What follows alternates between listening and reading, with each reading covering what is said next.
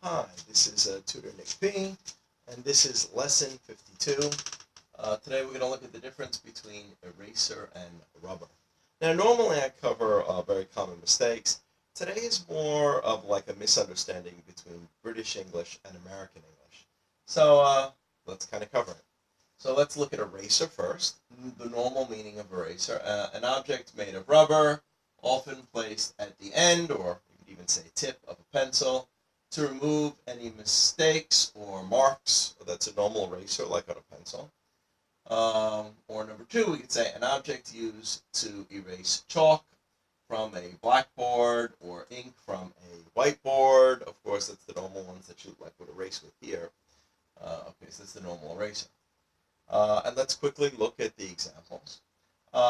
Just use your eraser to get rid of those pencil marks. That's simple. Use the eraser to clean off the whiteboard. All right, now here's where the complication comes in, or here's where the misunderstanding can come in, is usually with rubber. All right, so we have three meanings for rubber here. This is the normal meaning of rubber, just meaning like the substance. Substance used for producing things such as tires, soles of shoes, etc. All right, here's where the problem might come in. One, because the British use the word rubber to mean eraser. And Americans also have another meaning of rubber, a more informal meaning to mean condom.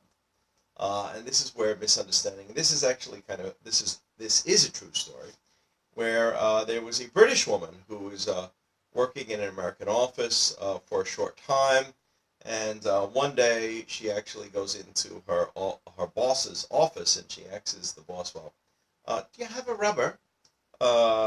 And of course, when she says, "Do you have a rubber?" she means, "Do you have an eraser?" But of course, the boss, who's American, we don't usually use the word rubber to mean eraser, so that's not in his mind at all. Of course, unfortunately, he's probably thinking in this word, a condom, which is what a man uses over a sexual part during sex. So she kept asking, "Do you have a rubber?" And he's like, I'm not sure. Why are you asking me? I need a rubber. Don't you have a rubber? And of course, he was like, I don't know. Why do you want it? And he said, no, I don't have one right now. And of course, after this, she went back to the office and she talked to the other girls and she said, the boss was acting so strange when I asked him for a rubber. And of course, they explained to her why. Of course, she was very embarrassed. So this could come up. There is some differences between American English and British English. It could end up with a situation like this. So if you are an ESL student, English of a second language, and you have a British dictionary, and you're working in America, and you look up the word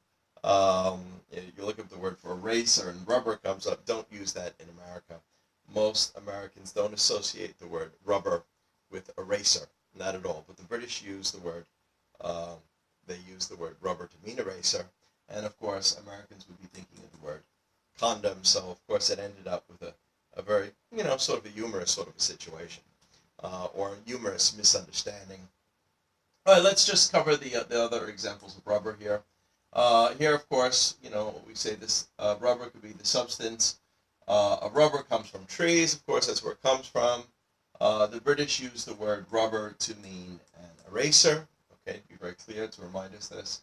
If men want to practice safe sex, they should wear rubbers, and of course, a condom is made of rubbers. So I hope that's clear. Again, make sure you don't make that same mistake that poor British girl made by mistake. Okay. Thank you for your time. Bye-bye.